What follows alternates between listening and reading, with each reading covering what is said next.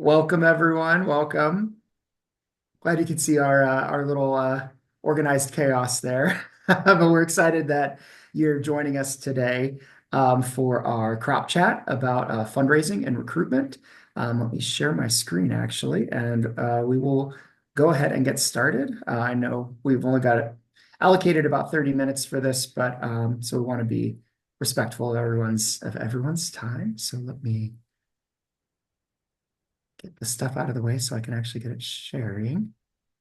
Give me 2 seconds, everyone. But welcome. We're really happy you are here. Where's the present? Sorry, everyone. I thought I had this all queued up. All right. So welcome. Thank you for joining us for Steps for Success.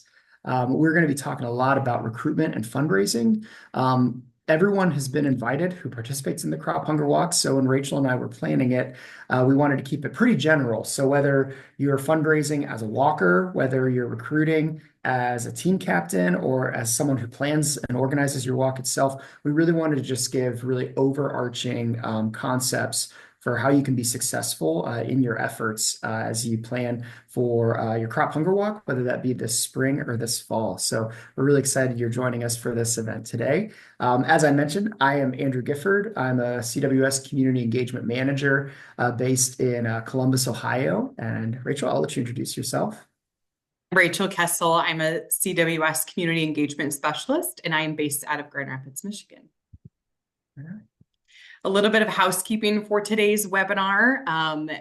If you have participated, you know these are typically recorded, and that is the case for today. So this webinar will be recorded and shared in an email afterwards, as well as with registrants that were not able to attend today, but registered, they'll receive that link as well. Feel free to share this with other people that you think may find it valuable.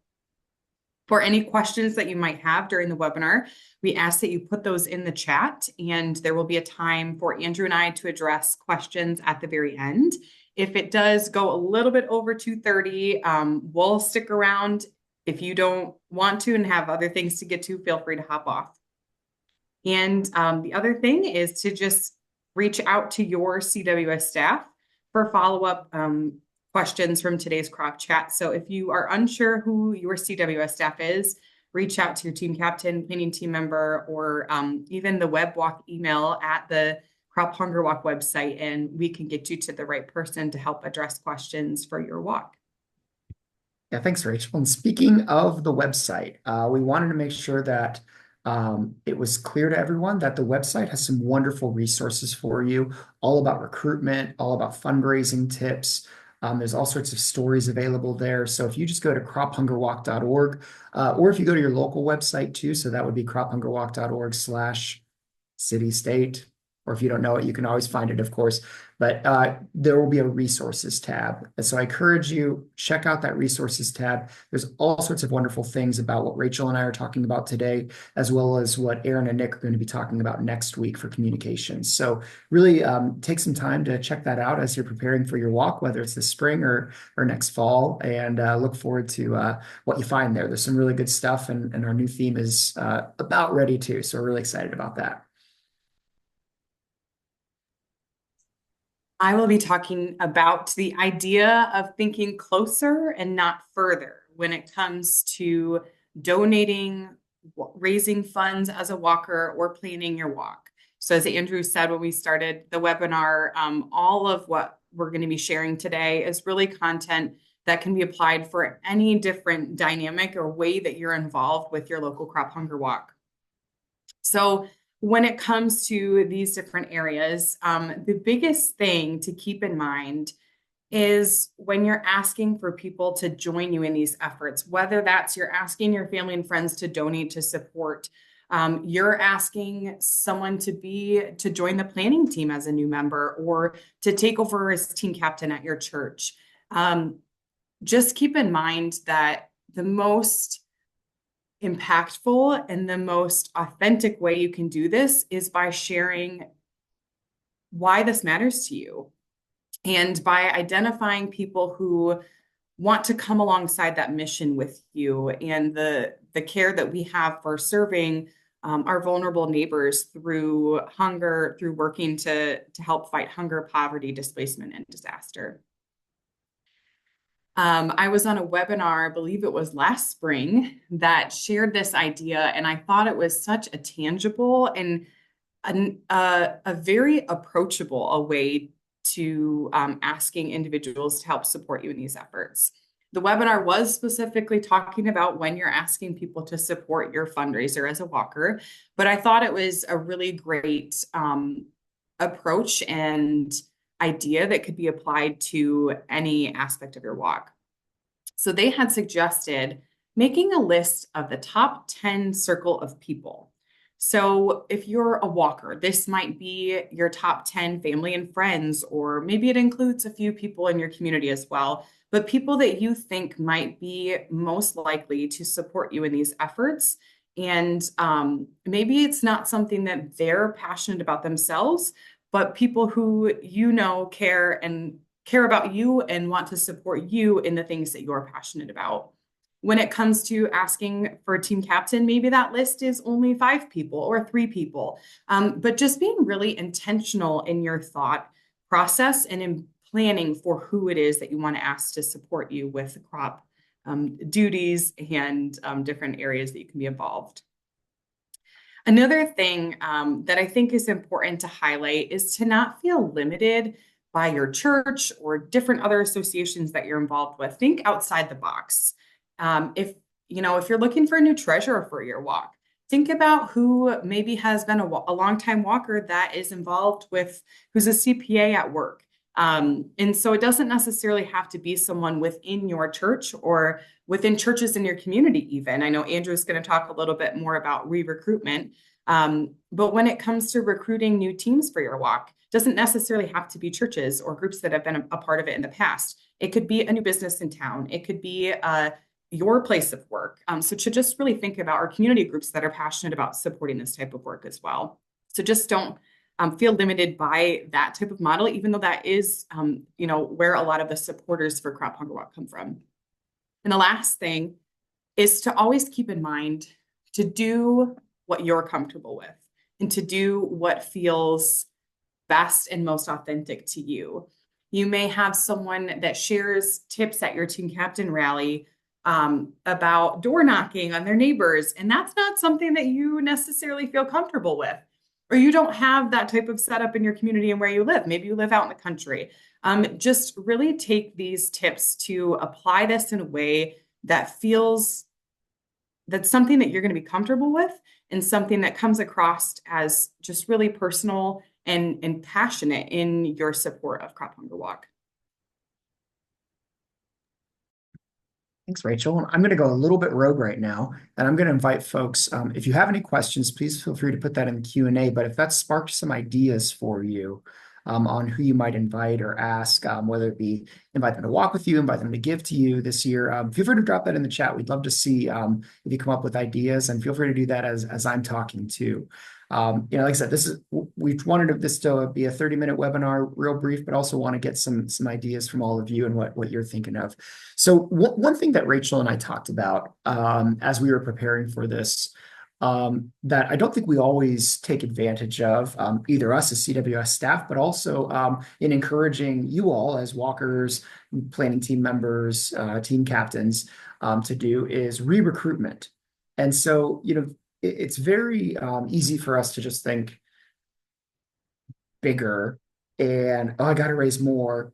But did you ask who gave last year? Did you ask who maybe had done it before but didn't do it last year, and you want to get them back? And that's just such a simple way to get folks involved and to really just engage them in a different way. So first thing is just reach out to your past supporters. So figure out, if you're on the planning team, who are some of the teams that maybe don't walk anymore, and maybe they just needed a year or two off, and you want to try to get them back. Who are some people who donated that you could reach out to that donated to you, and maybe they want to donate again? Or like Rachel mentioned, maybe these people are part of a civic group and they're not part of a congregation, and you could say, hey, they've donated to me the last 5 years for the Crop Hunger Walk, so they obviously are aware of what the mission is. So maybe that's someone that I could ask to see if they would start a team. And even if you don't know if they're in a civic group, it'd be a worthwhile ask just to say, would you want to start a team? And that would be just fine. And a great opportunity to get people involved who maybe aren't affiliated with one of the churches from your communities. Another opportunity is businesses. Whether your walk has business sponsors or not, it's a great way to engage local businesses. A lot of them really love to participate in events and love to encourage their employees to participate. And so one easy way is to see people from your church. Maybe you have 10 people on your walk team, and there's one person that works at a local business. Maybe you, as the team captain, would say, hey, could I train you to be a team captain for your business where you work? And just say, I'd be happy to work with you. Since we go to church together already, that'd be easy. But then you could lead a team for there, and then you're just exponentially expanding your reach and the fundraising capacity, which obviously, as we all know, helps us help so many more people, both near and far. And so there's some really great opportunities for you to sort of think creatively about who those people are that you're already connected to. When you think about all the people that either donate, that walk, all of that, and how you could use that to sort of expand your reach, there's some really neat things that you could do. I'm certain of it. Another thing you can lean on, obviously, so many of you probably saw the video about Church World Service and some of the things we're going through right now based on certain executive orders. And so you could use that to help you recruit. There's a lot of people that are distressed about the need to help our neighbors in need. And so this would be an opportunity to let them know, the Crop Hunger Walk has been here for years. Many of you have also been doing this for years. It's an organization you trust. It's an event you trust, and it's an event people trust. And so this is a great way for you to kind of spread that awareness about the event and let them know it's still happening. I mean, even just a week ago, I was at a committee meeting. I'm part of a committee at my local district here for the United Methodist Church, and was talking to a new member of the committee who happens to be a pastor at an area church that doesn't do our local Crop Hunger Walk. And I, was mentioning to him, he saw I have my CWS mug because I bring it everywhere I go just to start conversation, of course. And he said, oh, it's CWS. And he said, I remember doing the Crop Hunger Walk when I was, younger. And I said, oh, we have a great one here in Columbus. You should definitely join. And he gave me his email address. And so I'm hoping his church is going to do it this fall. So really, take that opportunity to connect with people, to make those connections. And I did express to him, obviously, CWS has been having issues. That is where this conversation actually started when he and I were talking. And so, he was really excited to hear about the ways that they could get involved. I connected him to our local affiliate agency for refugee resettlement here. So it was a really great conversation. So keep yourself open to those conversations as you move along. Also, great opportunities are special anniversary or circumstances, anything like that. I know, for instance, I help support the Erie County Crop Hunger Walk and the Ann Arbor Crop Hunger Walk. Actually, this photo in this slide is actually from the Ann Arbor Crop Hunger Walk. Ann Arbor last year and Erie this year are celebrating their 50th anniversary. What a great opportunity that is to really reach out to people, get people involved. I know, for instance, Ann Arbor had been working to get their mayor there for a number of years, and it just hadn't really worked out. Well, that 50th got him there. So, that was a great opportunity to get the mayor's office involved. He made a donation. It was a really, really great thing. I know Erie is really trying to leverage that this year too. They have a local news station that's helping them out with some publicity and all that leading up to the walk this fall. So really, really take advantage of that stuff. And even if it doesn't seem like a big deal, you all can make it a big deal. It might not be the walk's 50th anniversary, but it might be your 5th or 10th year walking. And so make that your personal goal. Say, for my 10th year, I want to raise $1,000 or for, anything like that. Really use those opportunities to help make your ask and then to make it more meaningful. To say, this is something I really care about and I want to do this. And obviously I want to do this because I've done it for this many years. And so you can really lean on those kinds of situations and really take advantage of it. I mean, there's all sorts of things you could do regarding special anniversaries. So many of our walks happen in September or October. September is Hunger Action Month. The first Sunday of October is World Communion Sunday, where we come together for the world.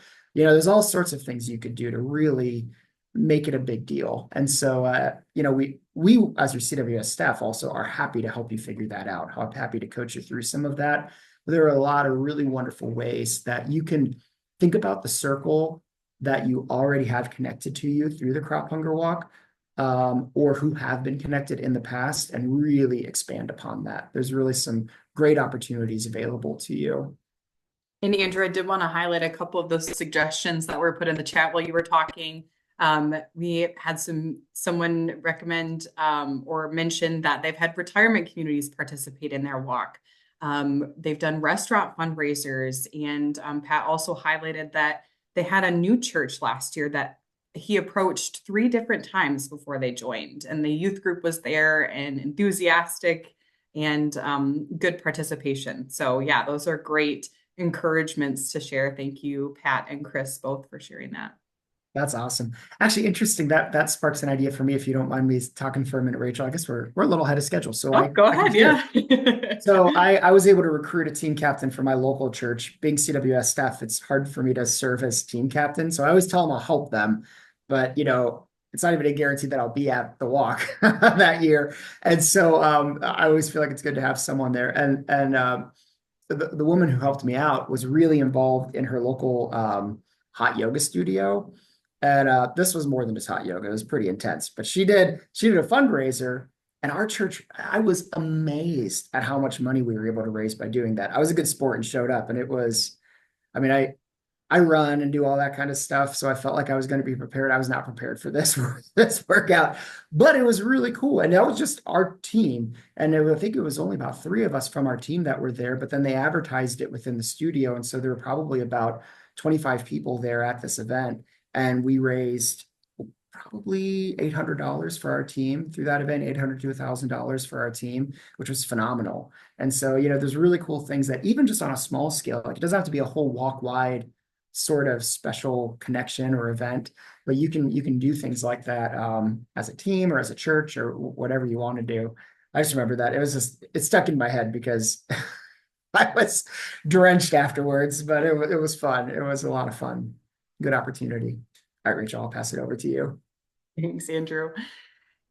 So Andrew and I each had, when planning for this, decided to come up with each of us one kind of phrase or one-liner to be the main takeaway that we each wanted to share. So the one that I wanted to share with you actually comes from my predecessor who worked at Church World Service before I did. But I think it just really resonates, and I think helps to kind of take some of that potential pressure or intimidation off of the ask, whether that's for donations or help with planning or team captain role. And it's that we are simply responsible for the ask, not the answer. And I think, Andrew, your main takeaway plays into that pretty well too. I'll let you take it over. Yeah, something I learned just, you know, uh, over the years of doing this. I've been at CWS for about 11 years now, and heard this in different variations over the years, whether it be asking someone to join the team to plan the walk, whether it be asking someone just to join your walk team, asking someone to give, any number of things. And it's that if you don't ask, the answer is already going to be no. So you've made that answer for them if you don't even ask. And what I'm always surprised by is when you do ask, there's a good amount of time that the answer is yes. People want to help other people. People want to do good in this world. And and if they see that you're passionate about it, that inspires them too. And so there's really some great opportunities there for you as you're making the ask. And it is scary. I will put it out there. It is scary to ask, but it's better to ask. And most of the time, especially like if you're asking them with what like Rachel referenced, with a very specific ask, I think you'd be really great at helping me do this, or I would just really love it if you'd support me do this. People are very touched that you even thought of them to ask, and so I think that's a really great opportunity for us because you're offering them an opportunity to help. And that's a really good way to look at it. So yeah. And with Thanks, that, Andrew. And I'm not seeing any questions coming in the chat so far. But if you have any, if you want to throw those in there, and while we're kind of waiting, I'll highlight a couple other things I noticed coming through. If I can scroll here, Robert had shared that they have a list of walkers and an email list of previous walkers, and they send them information throughout the year to keep them informed. That's a great way to keep people engaged and educated around the issues that they're supporting. Laura had shared that they are making some changes in their 34th year and asking and changing locations and asking two churches to co-sponsor, and that the churches have really stepped up.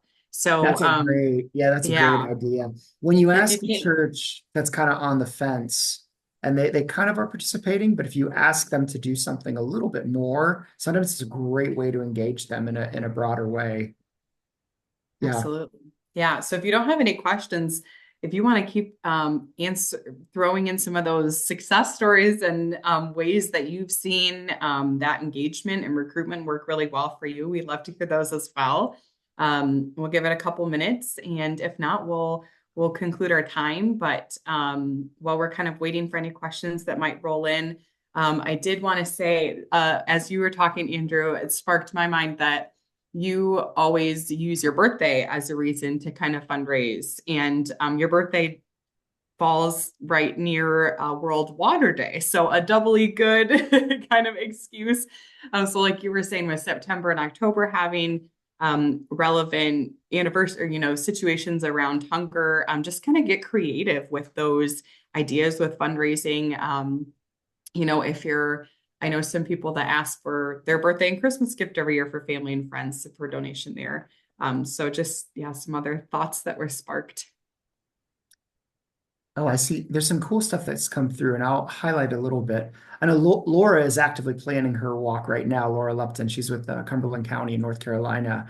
And Laura, I'm going to shout you out because you had a great radio interview earlier this week, and it was really a wonderful way to kind of promo the walk. But saying, with some of their opportunities about coaching people through during the rallies or when you can get people together to help them with the Facebook fundraising. Really, honestly, that Facebook integration on our website has been really top notch in helping people raise a lot more money. And that's a really great opportunity. I see here from Chris, who I know is from the Lancaster Crop Hunger Walk, that he says a pastor I worked with during seminary always said a no is a not yet yes. And I like that. That is very true. That is very true. My dad used to call that the spiritual gift of obnoxiousness. Just keep asking. You know what I mean? We're here for a good reason. This is a good cause, so keep on asking. Yeah. Um, And yeah. Mary, Oh, I see Laura you had said a Facebook Live tutorials too. That's a great idea. Mary, I saw you had a question about the walk in Michigan. We can do some research on that and get back with you, but that's actually right near my hometown where I grew up. So the Heather, who's hosting this webinar with us as well, Heather and I both work in Michigan, so we can do our best to get back with you on that question after the webinar. That's awesome. I saw Laura here said about the interview. She had a committee member call the radio station to ask again. If you don't ask, the answer is already going to be no. And they not only got the interview, but they got two interviews plus an article in the local news magazine through that. So that's a good reason to just ask. The worst they can say is no.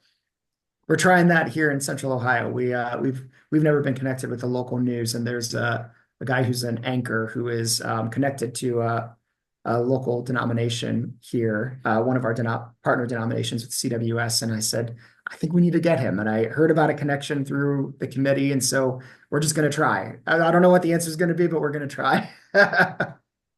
So yeah. There's Oh, some really great ideas coming through in the chat. This is very encouraging. yeah, this is great. This is great. Captain Rally is very important. I love the idea of the trainings on Facebook Live. You could also do that in your Instagram stories, really whatever you think is going to be helpful. And then you can just share that. You can share that out to people since those videos are already recorded. It's a great opportunity to get people engaged. Um, yeah, I'm trying to think of some other examples of things that some of my groups have done. Oh yeah, actually, my Erie team was able to get a brand new sponsor that they're trying to actually recruit also as a walk team this year, because one of the women on the planning committee realized, oh, my daughter is part of this kind of philanthropic organization in town. I bet they'd give us some funds to help host the walk. And yeah, they did. And they were very generous, actually, the funds to host. And like I said, now we're hoping that we can potentially get them involved as a walk team as well, which would be really wonderful. Oh, and Chris is asking if Erie is number one in PA. Yes, yes, they are. They're doing good. They're on their 50th year and they're shooting for 100,000 this year. So they're a big one. They're a big walk. Yeah. Yeah. Awesome. So Erie does a great job. We're really excited for them. But yeah, some great stuff I see coming through. One thing that actually just came to mind because I saw a post about this on social media today is a young man who's the team captain for it's called Lord of Light Camp Lutheran Church, but that church sponsors the Lutheran campus ministry at the University of Michigan. And Steve, who's there, leads that team for the campus team, but the church also walks. And so that was a great way to engage the church. And since the church also already had this connection to the campus ministry, they were able to get the campus students involved as well, which was really cool. I've heard of that with Wesley Centers as well. A great opportunity to kind of get young people engaged and involved in caring about some of these issues regarding hunger and all of that.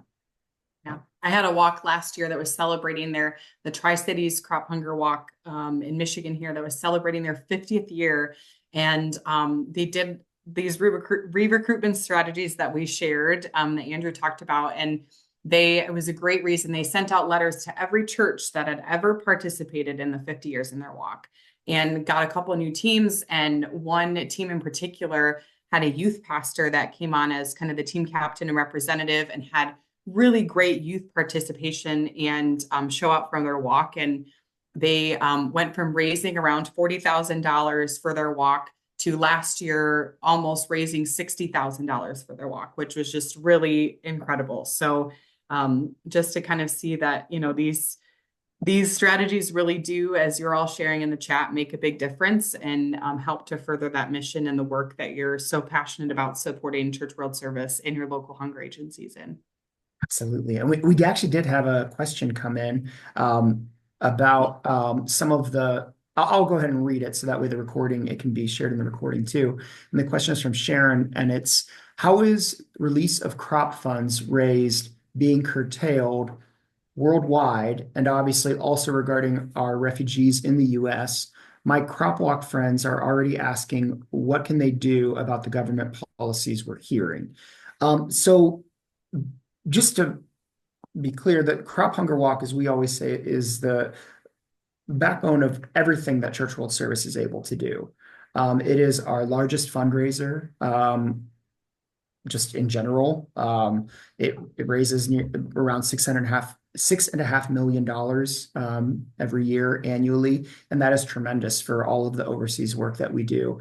Unlike certain grants or restricted type money, this money allows them freedom and flexibility to do the work that they know needs done. I remember our retired colleague, now retired, Leslie Wilson, who used to oversee our Asia office, always said, the grants and all that were great, but crop money was so much better because they didn't have that little asterisk on it. They could really do what they needed to do with that money. And regarding how crop funds, how we can do that now, even if you are a fall walk, if you want to help and help us bridge the gap, you are welcome to start your fundraising now. All fall walk pages are live. I know some people say, oh, it's too early, it's too early. If that's too early, that's fine. That's on you. If your congregation wants to just do a special offering instead or whatnot, that is fine too. But I know, for instance, a few of my churches in Pittsburgh, Pennsylvania, as well as here in Columbus, Ohio, have opted to start fundraising now. If you do host a special offering and you still do want it to go via the Crop Hunger Walk, you can do that, and just make sure you note that when you send it into Elkhart. Or like I said, if you want to raise funds online, your website should be live now. If it's not live, reach out to your CWS staff person and they can make sure that gets up and running. It's likely because we didn't have a date yet for the fall walk, so that's the way that goes. But all the pages are live. You can set up a team. I've gone ahead and set up my team for this fall already. And like I said, there's a number of churches I've heard that are actively doing that right now just to kind of bridge that gap. Funds raised online. So just so you know, because I know it does seem early and this question has come up too, they will be credited to this fall. So the money will be processed now. So if you raise it online or if you send the check now, that will be able for us to use right now during this emergency time, but it will still be credited to this fall. So if you have this, goal and you're nervous that that's going to help, that's going to impact the goal, well, all of those funds, as long as you let us know that you want it for 2025, if you raise it on the 2025 website, already done, that's already taken care of. But if you send a check, just make it known that you want that for the fall 2025 event, and we'll make sure that that gets credited accordingly. Rachel, I'll hand it over to you if there's other chat stuff that came through that we needed. Nothing that I can see on the one thing that Chris did share a crop walk hymn in there. And Barbara mentioned some high school interact teams that participate with Rotary members joining them. So just think you guys have shared some really creative and awesome ideas and how you really are kind of speaking to that personalization in your own life as well as your crop community, because each community, there's 500 crop hunger walks around the country. And so each of those communities are so different. So I think you all have done a great job in sharing how you really personalize your walk to gain the most support and encouragement and what's the word I'm looking for here? Emphasis on the great work that you're all doing in your community through Crop Hunger Walk. Absolutely. Well, I think that's about all we've got time for right now. I'm not seeing any other questions or comments, but really appreciate everyone joining us. Welcome, Chris. I'm glad you're able to make it. So a lot of And people just to reiterate too, that if you have any questions that come up after this, reach out to your Church World Service staff. Just because a webinar's ending doesn't mean your questions or inquiries about what we've talked about today have to stop. So pass it over to you, Andrew. Yeah, we just really appreciate everyone joining us this afternoon, and thank you for your time. And like we said, it is a strange time for us at CWS, but we're really I get so much faith and hope from all of you who help us year after year do the wonderful work that we truly feel called to do. So thank you so much for everything you do for all of us here at CWS, and looking forward to hearing from some of you soon, and hopefully we'll see you next week on the communication strategy. Yes. Thank you all for joining us today.